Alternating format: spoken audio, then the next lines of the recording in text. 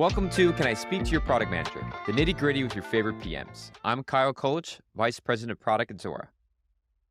And I'm Lucas Weber, Director of Product Management at Zora.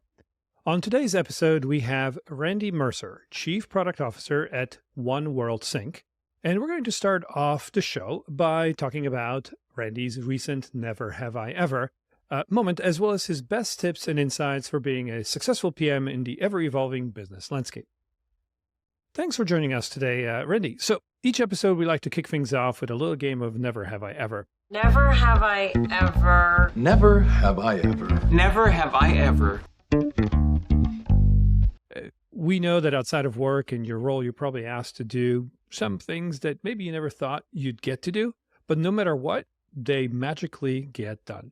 So we wanted to bring your experience here to the show, and hopefully you could tell us a little bit about it, maybe get your perspective as a PM, and in the process, hopefully we'll find out a little bit more about you. So, Randy, tell us a little bit more about your Never Have I Ever. Okay.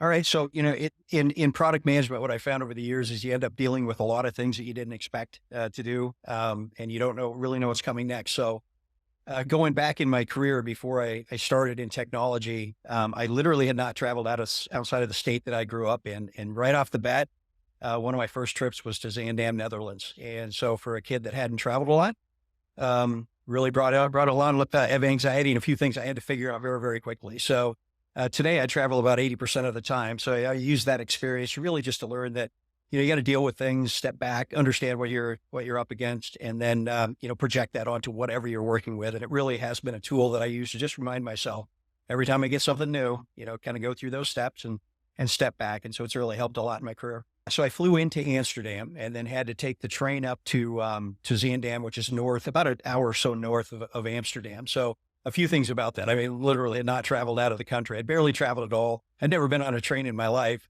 And off there by myself as then a pretty young kid, just figuring out a lot of things.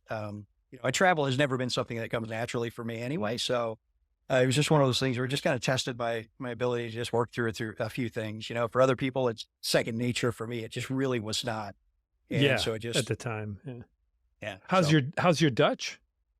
Oh, it's terrible. Yeah, it is non-existent. I can barely speak English. So. Yeah, that's right. Awesome. What kind of first gave you oh wow, I'm not in my hometown anymore? Yeah, there was a few things. So when I first landed, I went to a Burger King in the airport, and I realized very quickly that Burger King is not the same every place on the planet. So that was my introduction to foreign food, was Burger King somewhere else. But what was interesting about it is the climate. I had at least researched the climate a little bit. And as it turned out, it was one of the coldest cold snaps in the history of that region. So Amsterdam / Zaandam. So I was not prepared for that, nor was anybody in the area. So we dealt with traffic jams and all kinds of things like that nobody there knew how to handle. So it was just all kinds of things that were just outside of the norm for me specifically, but then just the region, which just kind of added some weirdness to it. So it was a lot. Anything specifically memorable that comes from that first trip that, you still remember to this day? Maybe favorite food, favorite thing that you saw? Yeah. I just remember, having tons of anxiety about going, right? Because I just hadn't traveled a lot, specifically out of the country. And I knew some of the people that I was going to see because, I'd worked with them just remotely and so forth. And I just remember having a great time and just really enjoying, hanging out with them, doing things over there, and just a little bit of an introduction to the culture that I had absolutely no appreciation for. Visited a big customer, one of my first times in front of a really large customer as well. So a lot of things there that just indoctrinated me to the things that I just do every day today and kind of take it for granted.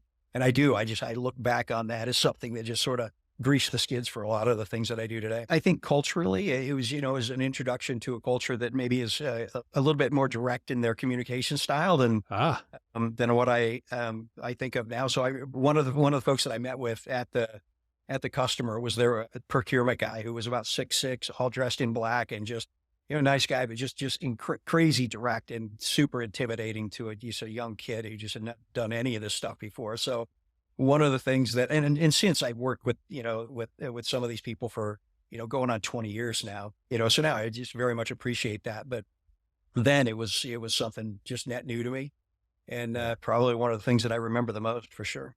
If you take a look at it back now from, years of product management experience, like, what do you think, how would you maybe would have done things differently if you had a little bit more experience and still no travel experience, but just given being a product manager, is there something else that you would maybe look at things differently or do things differently? Oh, a million of them, right? And so, Yeah. so since I went on that trip, that was 23 years ago, and the product I had just started working for a company. We had written a new product, and um, this was one of the first times pitching this product to a really large customer, and we'd sold a few copies of it, and now selling it to another customer. Fast forward to literally last week, I was in Germany pitching the exact same product, now 23 years down the tracks, to another big retailer, in Europe. And, some of the things that I'm prepared to speak to today relative to that product, the history of it, the architecture, and all of those kinds of things are things that I didn't know anybody would care and ask about that going back 23 years. So I think when, going back, there's lots of things that I probably would have prepared myself for and my product for in ways that I just didn't appreciate at the time. And now you have the experience and you've been through it 50 times, and, you're just much more prepared for that. So as it projects itself onto product management itself, just forward thinking, when you start thinking about a product, you should be thinking about how you're going to, justify the value proposition and describe it to a customer, position it, be ready to answer those questions that they're going to ask about the technology and so forth. And, just things I just had no idea I should be thinking about at the time. I actually enjoy that invention, and it shows the innovation there, which kind of leads us to our second segment of innovation, therapy, and other wild tales. Stories about innovation and agility that you have in your background. I just wanted to get your thoughts and what's kind of top of mind for you as being a PM. Yeah. So for us, today, our platform is a SaaS platform that sits between large manufacturers of products. I think almost anything you would buy at a grocery store or a match merchandiser sits between those folks and the big retailers. We all, can name a bunch of those. And what our platform is used for is to, in some cases, create but manage content that is going to be used to represent products online. Help move them through the supply chain, manage all the logistics associated with getting them on shelves and merchandised and all of those kinds of things. So for us, we're reliant on the existence of product content. Number one, for the brands that use our tools, they're placing content in there. They're using our tools to manage those. And then ultimately they're exposing that content to the folks that need it to sell their products, which is retailers, distributors, and those kinds of things. There's a fair amount of those folks that just aren't prepared to do that. And so we offer services that help them with that. If they don't have the content, we create it. If they don't know how to manage it, we do it for them and so forth. So where that leads to is when you look at the things that are evolving technologically today, AI is the one thing that you just hear it every single day, right? It's going to take over the world and so forth. And so to the extent that, the stories about it taking over the world, the reality is, it's not going to in the near future, but there are just 1,000,001 applications for AI all over the place. But when you think about related to our business and the things that our customers do with content, creating it or ultimately using it, there's a variety of ways that we can leverage AI to just make their lives easier, provide more value within our platform. And so for us, where we've already implemented AI is related to the work that we do on behalf of major brands all over the place in terms of reconciling content that may be coming from different sources within their enterprises, doing things to evaluate its completeness and accuracy and quality and so forth, so that when we ultimately inject it into the retail landscape, it's as ready as it can be to do its job, meaning represent a brand online or whatever that might be. And for that, we've just seen crazy results in terms of how we could speed up that process, take manual intervention out of that, do a lot of stuff with a lot of work with the technology itself, and then ultimately repurpose the humans for quality assurance, doing some work relative to improvement of content, leveraging feedback loops and so forth. So we probably see, 50 to 60% improvement just in efficiency and the reduction of labor associated with doing some of those activities on behalf of the brands. We started doing that, several months ago, and we just going to continue to evolve. And for us, it just means just a much more efficient business on our side and just much better results that we get for our customers when we're doing that work. Here in just a couple of days, we're going to release an AI-based feature within our core platform that is more generative in nature. And so think of tools like ChatGPT, where you can type in a prompt and it gives you some content back. Our customers, are tasked with that all the time when they're thinking about what is the copy that I'm going to use that a customer is or a consumer is going to read when they look at my product online, and then how is that going to get digested into more SEO context, meaning how is it going to power parametric search and so forth like that, or those kinds of use cases. So our customers, historically they're using copywriters and things like that, and we're going to introduce a tool. Literally tomorrow, we'll release it into our beta platform that allows them to do that right within our management tool, right? So they're putting lots of information about their product, and we're going to use that to construct prompts that will deliver them or generate content that they can use to describe their product. For the organizations that don't have the wherewithal relative to marketers that are, sitting there ready to construct that copy, it's just a great, very efficient way for the brands that might be challenged in that regard to generate this copy very quickly, very accurately, very efficiently, and should be a nice feature for a lot of our customers. That's really impressive. Can you maybe, so I think you gave Kevin an example of this content that you're talking about. So like product descriptions, right? But how far does your services extend? And then obviously how does the AI can help? Because obviously we've heard of the fact that not only can AI, solve exams and write novels and things like that, but there's also generative images, right? So, do you also include that kind of as part of the copy that services? It's a great question. So just, going back to the copy itself, what's interesting about, some of the platforms and, that are tools that are out there today, some of the concerns about those is when you ask it to, generate something for me, or I write my term paper or whatever, what the information that AI is trained on is what's visible to it on the internet largely, right? It can be completely fabricated in many cases, right? By contrast, when our customers are looking to generate copy that's going to represent their product online, it cannot be fabricated, right? It's got to be fact-based. It's got to, really accurately represent their product. And so one of the things that we can do in that regard is we're basing it off of the facts that are injected into our system from the brand itself. And then we're layering into that keywords that come from some of our analytics tools that are looking at search, search performance and things like that on e-com sites to understand what keywords are contemporary in terms of what's being used to search for that product. We meld all that together. When you look at images, we do a lot of things there as well. So brands have images to represent their products that come in varying states of readiness or quality relative to being used in e-com and so forth.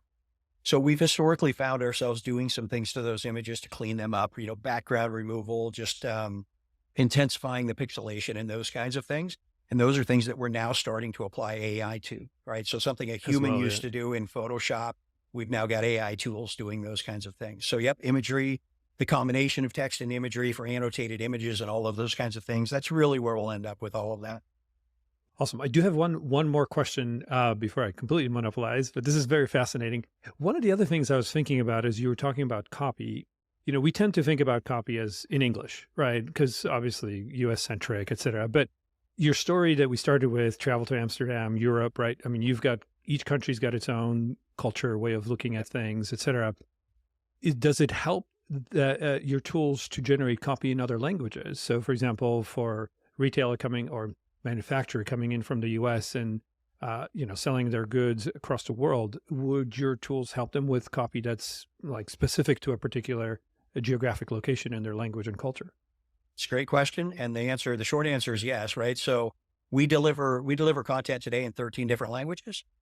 And, going back a number of years, we literally had people that spoke those languages that could read English. So we'd produce the content in English and then we'd send it past the right person with the correct language set, manually translate that into something that contextually made sense in that language and so forth. there was a period of time where translation tools, I mean, they've been available for a while, but they weren't at a level of quality where they would translate it into the right context in that language. And what you're seeing today are translation platforms, AI, based on AI, they can do that very, very well. So we've started doing that over the last several months as well, just letting the AI do the translation, finding more and more that it fits the context of the geography that we're injecting that content into. And again, we'll just continue to find those types of use cases for AI. I just kind of get to understand the history of it, but when you did the translations and it was wrong, how did you get the feedback? Because the feedback was on the front page news that, the ketchup said something that was really naughty. How did the feedback loop happen for some of those, the content that's actually put in play? Yeah, it's with our platform and our services specifically, it comes in the form of claims that are submitted by our customers, right? So we send the content out there, and it's it's not just translation. I mean, there's other things that they can see that they maybe just don't quite like about it, and they literally submit claims. Hey, we saw this item, we saw this thing that wasn't quite right. So in testing AI as related to translations, we relied on that as the feedback mechanism to help us understand, because I can't speak the language, so I can't read it and see if the context is correct. That's what we relied on to understand the quality. And we were honestly very surprised at the lack of, or the low number of claims that came back on it, which means the AI is doing a pretty good job of that translation. So you're saying you're seeing a speed up of like 50 to 60% efficiency around this. Are there other benefits that you see this kind of AI capabilities bringing, maybe top line, bottom line, that you're seeing might get there? And then the other question is, how does one differentiate yourself when you're basing it on large language models, right? That's pretty much the internet, right? Is there a secret sauce there that a company can bring to the table? Yeah, we think we have a secret sauce, but just going back to just the benefits to our business, starting with the value proposition of the customer, right? If anything that we can do faster in terms of helping them with the content that's going to make it into the marketplace, when you think of just speed to show, speed to market, getting on something online in 5 days versus 30 days, just all kind of benefits associated with that. For us, historically a fairly manually intensive practice of managing content, creating it, and those kinds of things. It allows us to just bring a lot of efficiencies to that, just from a manpower perspective. And day one, what we're doing is anything we do in AI, we're then QCing that by the humans that used to do the work, right? So over time, you'll be able to just shift that manpower to just different purposes and things like that. So all kinds of things, just from a scalability perspective, understanding timelines. Humans can take 5 minutes or 5 days, just depending on what the task is. And it might vary from one product to the next. Using technology, you get much more predictable timelines. So all kinds of advancements there. When you look at the secret sauce that we have relative to content generation, again, going back to you type a prompt into let's say a chat GPT, and it's going to spit something back at you based on what that tool has been, how the model has been trained on information that it's exposed to on the internet, right? Yep. When you look at our customers using our platform to introduce a brand new product into the marketplace, nothing about that product exists on the internet now. It doesn't know the product, doesn't know the brand name, how height, or, how big it is, how it's described, what color it is, knows none of that because it's brand new, hasn't hit the public domain yet. So that's content that those details are being introduced to our platform from the manufacturer, often through integration into his internal systems like ERPs and PIM systems, things like that. Our platform is the only place where that content is really aggregated into a place where you can expose it to a model and then generate content based on it. So it's an advantage we have in terms of generating that content. The manufacturer could go to, any place and type in a prompt and get something back, but that thing has no details on which to provide something credible. We have those details. So the content that's going to be produced by that generative AI is going to be of a relevancy and an accuracy that just isn't going to exist anywhere else. So to us, that's our secret sauce. I see the connection with the manufacturer, but can you help me understand how it actually works with the retailer and that flow, that manufacturer, the retailer, and how that content kind of gets pushed through the cycles and the retailer kind of consumes it? What are some of the kind of innovation that you do with that kind of part of that overall life cycle? Yeah. So a few different things. So the way that we deliver content out into the marketplace, there's a few ways we do that, ranging from accumulating content into a library that a retailer or distributor can just reach into via API and just pull out the content that they Mm, need. Some retail or even distributor organizations have some very specific requirements relative to the construct of copy, just as an example, right? And just think SEO. If I'm retailer XYZ, I'm going to want some keywords in that copy that are going to lead somebody to my ecom platform when they search on it, online. And so those retailers have just different, they call them style guides relative to what types of content that they want to see in there. And so for some of those retailers, when we're thinking about the copy that we're going to deliver to them, it's unique for each one. So when you think, just go back to the generative AI that I talked about, where, we can use the data that's in our platform for a specific product to construct a prompt about that product. What we're able to inject in there are keywords that we want included in that copy that are potentially unique to that retailer, right? So the way we deliver the content to the retailer can vary. We can push it to them in a variety of forms, or they can reach in and grab it. But just contextually, we can make it unique or specific or proprietary to that retailer along the way as well. Awesome. Well, maybe this is the time where we can shift gears and just jump into a little bit more detail. So this is going to be our segment on PM power moves. Powering up. Power move. So again, getting into things that are a little bit more intense, more that require that PM extra sauce, extra skill to get things going. Randy, are there things that you've needed to do either recently or in the past where you just had to apply all the PM firepower you've got to get things going? Yeah, for us, as we built our platform out over the last several years, we found ourselves acquiring a lot of technology, and specifically, we've acquired about eight or nine different technology platform that we've integrated into our solution portfolio. So for me, a shift in me and my product managers, it's really been a shift from, building a lot of things organically, new features into the platforms, and now reconciling capabilities that are coming from other platforms and then getting them integrated into things that we already have. So I think for us, that's really where it's been. The heavy lift has just really been understanding what capabilities exist in a new platform that maybe didn't exist in our existing things, and how we can cross leverage those and get them integrated in the right way. That's really been it for us.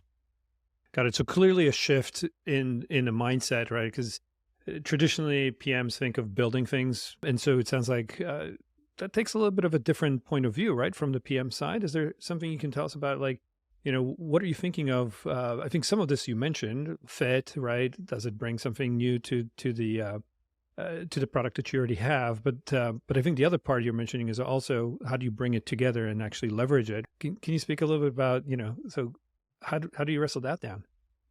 Yeah, just to start with corporate culture, right? So, over the last several years and lots of acquisitions, again, to fill very specific gaps in our portfolio set.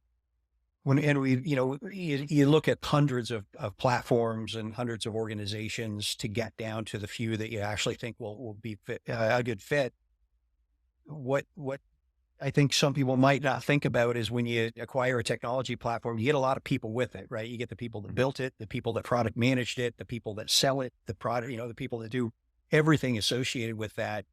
And so, you want to bring something into the family that is, it's going to be a set of people that you can work with, right? So you look at that corporate culture and you try to understand that, because, one of the things that we have to work on right away is, you bring in some new folks that they built this piece of technology, but now, something that they used to sell and that was their product, right? And now it's going to become part of this much bigger thing, and it's going to just hold a little bit different context. And they need to start thinking about it differently. They need to think about it within the context of this larger solution portfolio. So you've got some education and training that has to happen very, very quickly to just indoctrinate them into, the overall portfolio and the role that they play in it. And it's always an important role, or you wouldn't have brought the thing in the first place. So a little bit of a balancing act from a product management perspective. Most of our product managers, very quickly, we start cross-functioning them. So they may have, been very focused for years on the one thing that they were building, and now they're starting to understand a bigger portfolio. and they have to understand all of the different places that they can maybe plug that thing in. Before long, they're almost doing product management on a completely different product, other than the one that they started with. So those are just some of the aspects that we found ourselves really having to focus on, over the last couple of years, where for many years it was just all about organic, just building things internally, Mhm. and the engineering associated with that. As you've done more acquisitions, are you weighing different kind of vectors now because you've done more? Like you said, like the culture of fit, the people, is that now more weighted heavier when you do these, when you look at different companies, or are there other things like you kind of say, like, we've done a couple of these. I think this is actually more important than what we used to think. Do you have any of those kind of changes of perspection? Yeah, 100%. Yeah, if you could go back and do the first acquisition again, Yeah. maybe you would have made a slightly different decision based on the things that you've learned after, you get down a couple of years down the road. Just things Mm, like tech stack, right? mm, You're always going to do due diligence on the technology, and you want to make sure that it's built right and constructed, in the right way and so forth. But the more of those you do, and once you've had to integrate one of those into your platform, you really start thinking differently about how much time during due diligence I would have placed on that versus maybe some of the other things that I thought about. And that ranges from the tech stack itself. It goes, if you think about the commercial side, how that organization may have thought about selling that particular feature. You're going to think about that differently now that it's combined with a lot of other things. It's just a lot of things in that regard that, you get down the road, and if you could go back and ask a few more questions on the earlier right. ones, you certainly would have done that. You said you went through hundreds of different Mhm. types of portfolio of companies. I mean, I guess, how did you balance the time? I mean, do you have a dedicated team to that, or did the PM kind of spend, part of their week on that? I mean, how did you manage the funnel and then be able to whittle it down with you're doing their day job plus they're doing this piece? Yeah, you start with a list, and for us, we do, we had several people, analyst level, that were, literally just looking at, this is the problem we're trying to solve, and Mm, you've got a few different options, right? And we always looked at it from a buy, partner, build, perspective. Back in the day, we would always just build it, and then you start looking right. at, how do we get there faster, right? Can we partner for it if it's something that's maybe not so strategic? We may just partner for it, something that we can just bolt in really quickly. If it's something that, it's going to be a core competency, very strategic, we're not going to partner for it. So now it's either build it or buy it. So buy it is often just the fastest way to get there. So really, you just start with, what are the platforms that we see out there, the technology that we see out there that we think are going to fill that gap? And you just start with a conversation around them, right? And, many organizations, you got to look, are they actionable or not? Meaning, are they willing to sell their company? Are they on the market? Those kinds of things. And then you have that initial conversation, and you just start weeding some out. Few float to the top, and you just keep getting deeper and deeper and deeper. And then eventually you end up with some commercial conversations around the whole thing, and Mm. get into the culture and the tech stack and all of those kinds of things. So it's a work effort. I mean, it's probably 50% of what I do is just those kinds of things. In general, acquisitions at some point, I mean, maybe once you have a lot of practice, can be difficult. I mean, sometimes even with all the due diligence, do you find that's kind of the case that sometimes, you do all the work and it can kind of vary how well the acquisition onboards ultimately to the bigger enterprise? Yeah, results may vary. So, Hmm. yeah, we have definitely found that. One of the things that surprises us a lot, just from a product management perspective in general, and this goes for things that you've built, to things that you acquired, to even partnership, is the market acceptance that you maybe expected. It just may not be what you thought, right? Meaning you Mhm. thought we're just going to sell like hotcakes, and it just doesn't. And you've got to figure out, diagnose, like, why isn't it selling like hotcakes? Because it seems so applicable. In other cases, you just quite weren't ready for the go to market, the speed of go to market that ultimately happened, right? Like, people are just buying this thing like crazy, and we just weren't prepared for that. And so that's what we found with the acquisitions is, as much work as you do and as much as you think it's going to impact the portfolio in a certain way, for one reason or another, it just may not. And it could be the culture and the mindset of the folks that you're just bringing in, and how they think about the technology and how it's being applied to your platform.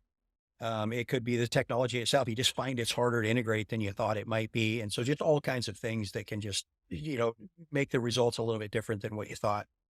Hmm. Wow. So there's just a lot of variables here, it sounds like, to onboard an acquisition, some which may be in your control, some which may not be. As it sounds like some may be a great fit and they just present themselves to you at the right time in the right place. Some may not. They take longer. And then ultimately, even when you do close on the acquisition, again, be prepared that there's going to be some variability. That's exactly right. Yeah. And, overall, what we found is, a couple, 3 years down the road, I think the results are good. We've had really good luck of ultimately just getting things in the place that we wanted to from an integration perspective, either commercially or technologically. So we've had great results. You just find that you just may have to think about it a little bit differently once you get it in your hands and get that work done. Hmm. Hmm. Do you think that by doing, there's my personal experience, right, is whenever you do something new once, it's always very hard, right? And if you do it infrequently, it doesn't get really any easier.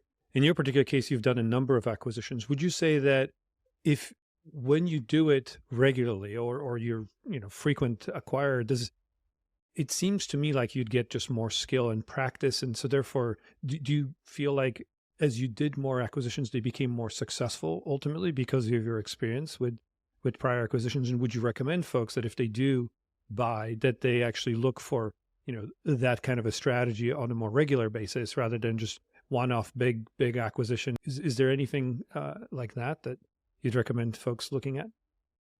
Well, you're absolutely right that the more you do it, the better you get at it. And I would say if there's anybody in an organization that's gotten pretty skilled at this, it's probably our CFO, who has the heaviest lift relative to integrating an organization and understanding what the books look like and how you're going to integrate those into your current business. For us, every one of them, from a product management perspective, everyone's a little bit different, right? Because we're trying to fill a different gap. It's different technology. It applies to a different problem. But just the way that you go through that, the process of due diligence, the first time we did it, we're kind of figuring that out for the first time, and you start developing a template. So, these are the things I need to ask, things I need to look for, things I need to really drill down on. But the net of it is, you get, into, 3, 4, 5, 6, 7, we're into 8 or 9. You do start getting pretty practiced at it. And so it's just every organization is different. You may just need one thing, and maybe you're just buying a customer base. Maybe it's the technology. Maybe you just need the skill sets that company has. So, every organization isn't going to have a need to go out and just look for acquisition after acquisition. But, Of course. it is something that you need to put some time and attention into and just the better you can get at it, the more successful it's going to be. Hmm. And it's kind Makes of sense. tied to like the overall kind of strategy you're going with. I think you make a good point where, some acquisitions are about market, some about people, some are about technology, and some are all the whole thing. And that may take longer, but maybe the faster ones, it could just be, market, the personnel, and that's maybe a faster one. But if you're doing a whole stack where it's like a big tuck in, you got to, validate their tech stack. You kind of validate the people. I'm sure those take a little longer. And then plus they're probably who you're negotiating with. There's a process definitely in place. And I think one of the hardest things too is sometimes the ones to say no to, the ones you kind of have to say, this isn't a good fit. We walk away, which I think leads us to our last segment, which is ship it or skip it. What do you want to do? Let's do it. No. No. Maybe. Yes. So the first one, so I was on your website and you had a VR of a motorcycle and the content of delivering the motorcycle and showing what it looks like. And I was like, what I thought would be interesting? A hoverboard, if they did that in a hoverboard. So my ask is, would you ship it or skip it? Would you go for it with a hoverboard? Ship it for sure. Ship it. Okay. Yeah. Yeah. No, the Like AR, that. VR stuff is just super fun. So the more examples you can do of that, the better. Good. And I think in this second one, you're getting more comfortable with AI. It's starting to write more of your content, start to do more of the copy with it. Would you though buy and read a book or novel written by an AI writer, a full novel?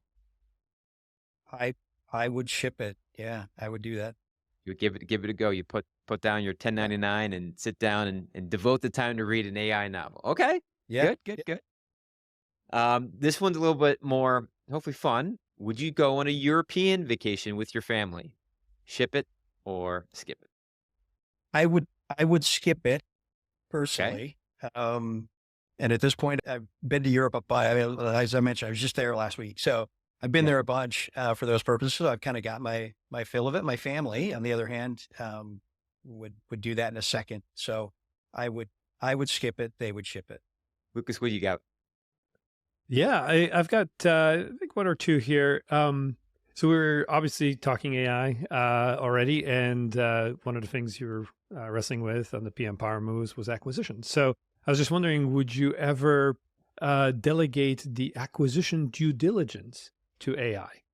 Yeah, there are certainly elements of it that will definitely get there, right? And when we look at some of the applications of AI today are around records reconciliation, meaning it's looking at two sets of documents and understanding what's similar, what's not, and it's looking for errors and things like that. But we spend a lot of time doing that, especially I mentioned our CFO and the work that he does relative to these things. And a lot of that is plowing through sets of documents and understanding where there's anomalies in the numbers and things like that.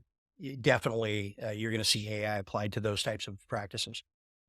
Got it. Okay, so you see a lot of room for again optimization, just speed to conclusion of the process, right? Where you could apply AI. Yep, All you right. got it. Yep, ship it. Perfect. Love it. Randy, I think that concludes our conversation. Thank you so much for joining us today. And we look forward to keeping up with you and learning maybe about all the different AI things that you guys released and further acquisitions that you've made. All right. Well, thanks for having me on. I appreciate it. You bet. Thanks so much for your time.